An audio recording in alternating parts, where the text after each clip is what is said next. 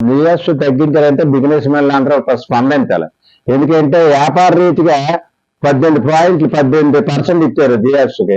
దాని గురించి భయం పడే పరిస్థితి ఉంది. ఇప్పుడు 18% తగ్గించారు కదా, 10%. దాని సంస్థలు అందరూ సంతోషించి ఆనందవలసిన పరిస్థితి, ఆనందంగా ఉంటారు. బిజినెస్ కూడా పెరుగుతాయి, పెంచుకోవడానికి అవకాశాలు ఉంటాయి.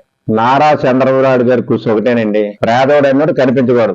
ఇల్లు, ఆకలో, జాబు, లేకపోతే లోను, ఏదో రూపంగా వాళ్ళ కాళ్ళ మీద వాళ్ళు నిలబడి బతకాలని తప్పనండి. నారా చంద్రబాబు నాయుడు వాళ్ళ రాష్ట్రం కానీ కేంద్రం కానీ ఆ తపంతోనే పనిచేస్తుంది.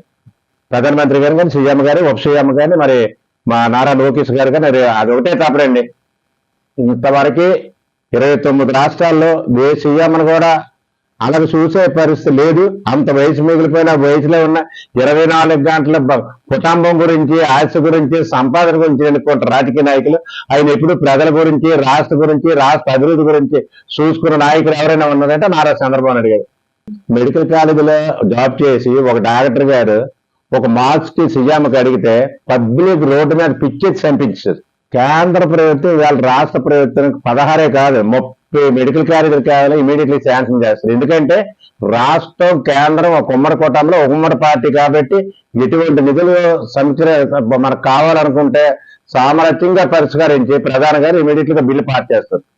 మేము ఇవాళ 3 పార్టీలు ఉమ్మడి పార్టీగా పోరాడి గెలిచాం కాబట్టి ఈ రాష్ట్రానికి అభివృద్ధికి మట్టుగాను ప్రతి ఒక్కటి కూడా అభివృద్ధి కావాలనుకున్నప్పుడు, కేంద్ర నిధులు కావాలనుకున్నప్పుడు రాష్ట్రం నుంచి బాబు గారు కానీ, లోకేష్ గారు కానీ, పవన్ కళ్యాణ్ గారు బయలుదేరిన వెంటనే ఆ బిల్లు పాస్ చేసి ఆ ఫ్యాక్టరీ కానీ, కాలువ కానీ, లేకపోతే పెద్ద పెద్ద ప్రాజెక్టులు ఉన్నాయి కదా, ఇమీడియట్లీ దానికి స్పందించి దాని మీద యాక్షన్ తీసుకొని పని చేయిస్తారు. ఇప్పుడు వైసీపీ గురించి మరి చెప్పవలసిన పర్లేదండి, ప్రజలే మరి అది ఆ గురించి పంచుకోరు. ఇప్పుడు ఈ రాష్ట్రంలో ఒక జెండా కానీ ఇంకో పార్టీ కానీ కనిపించదు. ఎందుకంటే వాళ్ళు చేసిన దుర్మార్గాలకి, వాళ్ళు చేసిన పనులకి మానసికంగా ప్రజలు ఇబ్బంది పెట్టి చచ్చిపోయిన శవానికి కూడా అక్కడ ఫోటో వేసుకొని అక్కడ దానపరిచారు. ఒక కాలేజీకి వెళ్తే స్టూడెంట్స్ పిల్లలు బుక్ మీద చదువుకుంటే అతను ఫోటో వేసుకుంటే సార్ సీఎం ఫోటో వేసుకుని ఆ బుక్లు ఇచ్చారు కాదు.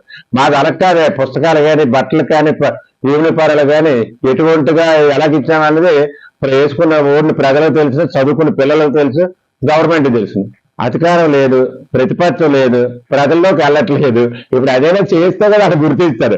మన నాయకులు ఎంతగా ఏమాత్రమే ఉన్నారో ప్రజల్లోకి వస్తున్నారు, ధర్నాలు, బంధులు, స్ట్రైకుల కింద వస్తున్నారు, ఏ రూపంగానే కనిపిస్తారని కార్యకర్తలు భయపించే గడిచిపోయిన కార్యకర్తలు మేము ఉన్నామని భరోసా ఇచ్చి చూపించడాక వాళ్ళకి తిరగవలసిన పరిస్థితి. కానీ ఇంక లేదు, వాళ్ళ భూసెత్తే పొజిషన్ కానీ, ఆ తపన కానీ, ఆ పార్టీ విధానాలు కానీ ఇంకా ఎవరికి లేదు ప్రజలకి.